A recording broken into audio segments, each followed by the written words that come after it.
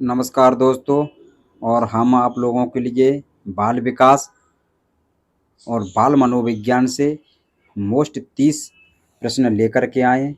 तो प्रिय साथियों, हमारे वीडियो को आप लास्ट तक देखा करें और जिन लोगों ने हमारा चैनल सब्सक्राइब नहीं किया है वो चैनल भी सब्सक्राइब कर लें और अपने साथियों को ज़रूर शेयर कर दिया करें। तो आइए देखते हैं बाल मनोविज्ञान का पहला प्रश्न। हम चिंतन कैसे करते हैं? पुस्तक के लेखक हैं। तो ए होगा, बी होगा, सी होगा या फिर डी होगा, यानी बेंजामिन ब्लूम या नेथेनियल गेज या जॉन डीवी या फिर जेरोम ब्रूनर। बताएंगे साथियों इसका कौन सा राइट आंसर होगा? तो इसका राइट आंसर होगा John Dewey. C is the right answer. देखते हैं अगला प्रश्न। परामर्श से अभिप्राय दो व्यक्तियों के मध्य संबंध है जिनमें एक व्यक्ति दूसरे व्यक्ति को एक विशेष प्रकार की सहायता करता है। कथन है। ए होगा, बी होगा, सी होगा या फिर डी होगा। हेमाइन या रुथस्ट्रांग या जीए स्मिथ या फिर मायर्स। तो ये कथन है साथियों मायर्स का। D is the right answer. देखते हैं अगला प्रश्न। बालक का मानसिक स्वास्थ्य निर्भर करता है तो विद्यालय पर, परिवार पर या समुदाय पर या फिर उपयुक्त सभी पर। तो जो बालक का मानसिक स्वास्थ्य निर्भर करता है साथियों, बताएं। बहुत अच्छा प्रश्न है। तो ये सभी पर करता है, उपयुक्त सभी। तो D is the right answer. अगला प्रश्न। व्यक्तिगत भिन्नता पर सर्वप्रथम महत्वपूर्ण कार्य करने वाले व्यक्ति थे। बताएं ये होगा, बी होगा, सी होगा या फिर डी होगा, यानी बुंट फ्रांसिस, वाटसन, गाल्टन या फिर स्किनर। व्यक्तिगत भिन्नता। तो ये व्यक्तिगत भिन्नता पर जो कार्य करने वाले व्यक्ति थे साथियों वह गाल्टन थे और गाल्टन की थ्योरी भी काफ़ी मशहूर है। देखते हैं अगला प्रश्न। अनुसंधान सुझाते हैं कि एक विधिक कक्षा में अपने विद्यार्थियों से शिक्षिका की अपेक्षाएं विद्यार्थियों के अधिगम। बताएंगे ए होगा, बी होगा, सी होगा या फिर डी होगा, पर महत्वपूर्ण प्रभाव छोड़ती है का एकमात्र निर्धारण करती है। तो इसका राइट आंसर होगा ए इज द राइट आंसर। देखते हैं अगला प्रश्न। पियाजे के सिद्धांत के अनुसार निम्नलिखित में से कौन सा व्यक्तिगत संज्ञानात्मक विकास को प्रभावित नहीं करेगा? तो ए होगा, बी होगा, सी होगा या फिर डी होगा। सामाजिक अनुभव, परिपक्वता, क्रियाकलाप या फिर भाषा। तो इसमें क्या प्रभावित नहीं करता है साथियों? तो नहीं को जरूर देख लिया करें। तो इसका जो सामाजिक अनुभव है इसी का राइट आंसर होगा साथियों। देखते हैं अगला प्रश्न। जब वयस्क संयोग के सामंजस्य कर लेते हैं तो वह बच्चे के वर्तमान स्तर के प्रदर्शन को संभावित क्षमता के स्तर के प्रदर्शन की तरफ प्रगति क्रम को सुगम बनाते हैं। इसे कहा जाता है। ए होगा, बी होगा, सी होगा या फिर डी होगा। तो इसे कहते हैं साथियों सहभागी अधिगम। तो सी इज द राइट आंसर। अगला प्रश्न। निम्नलिखित में से कौन सा वायोगोत्सकी के सामाजिक सांस्कृतिक सिद्धांत पर आधारित है? तो ए होगा, बी होगा, सी होगा या फिर डी होगा, यानी सक्रिय अनुकूलन, पारस्परिक शिक्षण, सांस्कृतिक निरपेक्ष संज्ञानात्मक विकास या अंतर्दृष्टि अधिगम साथियों। तो इसका होगा साथियों पारस्परिक शिक्षण, यानी B is the right answer. अगला प्रश्न। निम्नलिखित में से कौन सा सीखने की शैली का एक उदाहरण है? बताएंगे। ए होगा, बी होगा, सी होगा या फिर डी होगा, यानी चाक्षुष, संग्रहण, तथ्यात्मक या स्पर्श संबंधी। तो इसमें साथियों होगा जो सीखने की शैली है इसमें चाक्षुष का राइट आंसर होगा। अगला प्रश्न। डॉट डॉट के अतिरिक्त वृद्धि के निम्नलिखित पक्षों के स्टैनबर्ग के त्रितंत्र सिद्धांत में संबोधित किया गया। ए होगा, बी होगा, सी होगा या फिर डी होगा, यानी अवयवभूत, सामाजिक, अनुभविक या फिर संदर्भगत। तो इसका राइट आंसर होगा साथियों सामाजिक। तो B is the right answer. समावेशी शिक्षा है।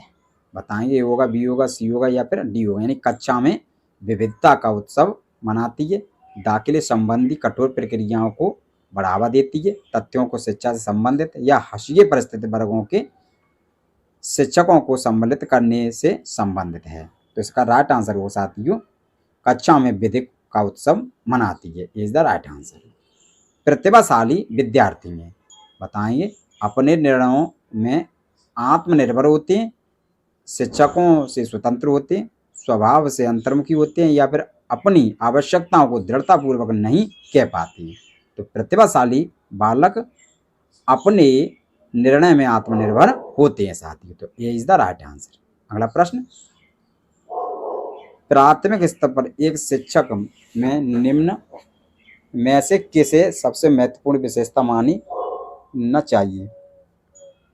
पढ़ने की उत्सुकता, धैर्य की दृढ़ता, शिक्षण पद्धतियों और विषयों के ज्ञान में दक्षता, अतिम मान। तो इसका राइट आंसर होगा धैर्य और दृढ़ता। अगला प्रश्न, निम्नलिखित में से कौन सा सूक्ष्म गतिक कौशल का उदाहरण है?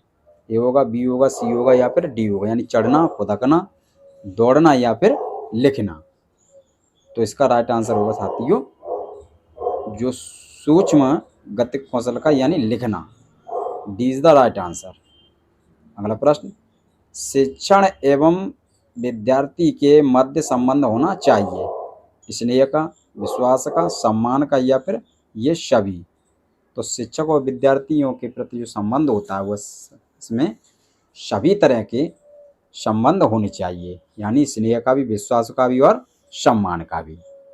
अगला प्रश्न, डॉट डॉट की अवस्था तक बालक की दृढ़ एवं श्रवण इंद्रियां पूर्ण विकसित हो चुकी होती हैं। बताएंगे 3 से 4 वर्ष, 6 से 7 वर्ष, 8 से 9 वर्ष या इनमें से कोई नहीं। तो 3 से 4 वर्ष के बालक में सभी इंद्रियां विकसित हो चुकी होती हैं। अगला प्रश्न, चिंतन प्रारंभ होने के लिए क्या आवश्यक है? पूर्वानुभव, भाषा, तर्क या फिर समस्या। तो चिंतन प्रारंभ के लिए महत्वपूर्ण होती है साथियों, बताएंगे पूर्वानुभव होगा या फिर समस्या होगी। तो इसमें समस्या का होना अति आवश्यक है, तभी इंसान चिंतन करेगा। अगला प्रश्न, शिक्षा का अधिकार अधिनियम 2009 में निर्दिष्ट किया गया कि कक्षा 1 से 5 तक यदि प्रवेश के दिए गए तब यदि प्रवेश के लिए विद्यार्थी की संख्या 200 से अधिक है तो विद्यार्थी अध्यापक आवश्यक अनुपात होगा। बताएंगे तो इसमें अनुपात जो होगा साथियों 40:1 का होगा। अगला प्रश्न, व्यक्ति के संवाद करने की प्रक्रिया क्या कहलाती है? संप्रेषण या ग्राह्यता या फिर प्रदाता या फिर संचारकर्ता। तो इसमें राइट आंसर होगा संप्रेषण। अगला प्रश्न, मॉन्टेसरी के अनुसार बच्चों में भाषाई कौशल विकसित करने का क्रम क्या है? बताएंगे ए होगा, बी होगा, सी होगा या फिर डी होगा। तो इसमें जो मॉन्टेसरी के अनुसार जो लर्निंग वाली प्रक्रिया है वह है ए इज द राइट आंसर। अगला प्रश्न, प्रेरणा का स्रोत निम्न में से कौन सा नहीं है? नहीं है। बताएंगे आदत, चालक, प्रेरक या फिर उद्दीपन। तो इसका राइट आंसर होगा आदत, ये इज द राइट आंसर। अगला प्रश्न, शिक्षार्थी की अभिरुचि एवं अभिक्षमता के बारे में वैध एवं विश्वसनीय निष्कर्ष पर पहुंचने की विधि है?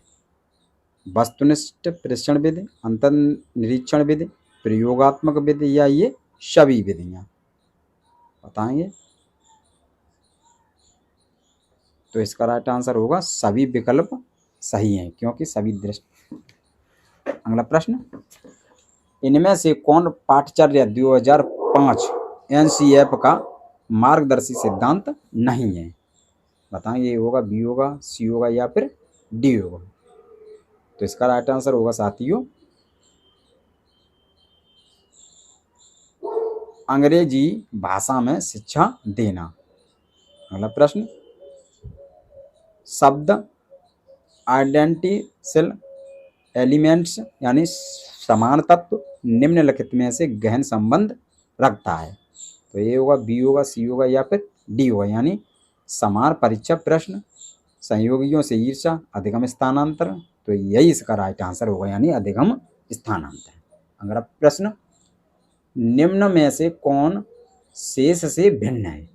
बताएंगे। ए होगा, बी होगा, सी होगा या फिर डी होगा। यानी अधिगम के लिए अधिगम का सिद्धांत, समान अवयवों का सिद्धांत, ड्राइव रिडक्शन सिद्धांत या सामान्यीकरण का सिद्धांत। तो जो इसमें अलग है साथियों वह है ड्राइव रिडक्शन सिद्धांत का अलग आंसर। अगला प्रश्न, क्षेत्र सिद्धांत में निम्न में से किस वर्ग का योगदान है?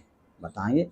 व्यवहारवादियों का, संरचनावादियों का, मनोविश्लेषकों का या फिर गेस्टाल्ट वादियों का। तो जो क्षेत्रवाद सिद्धांत था कट-लेविन का, ये गेस्टाल्ट वादियों का सिद्धांत था।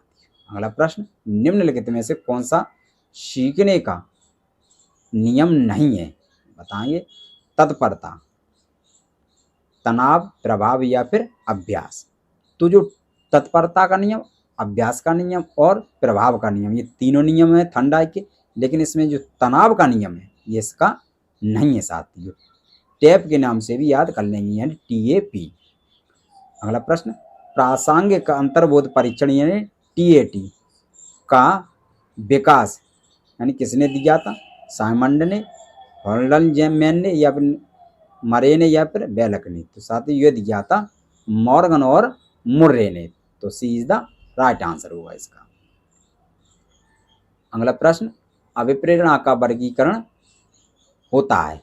ए होगा, बी होगा, सी होगा या फिर डी होगा। यानी स्वाभाविक और कृत्रिम, कम महत्वपूर्ण और अधिक महत्वपूर्ण, जन्मजात और अर्जित, अभिप्रेरणा और प्रलोभन। तो इसमें साथियों होगा अभिप्रेरणा। तो अभिप्रेरणा होती है साथियों जन्मजात और अर्जित होती है। तो सी इज द राइट आंसर। अगला प्रश्न, तो इसका साथ धन्यवाद।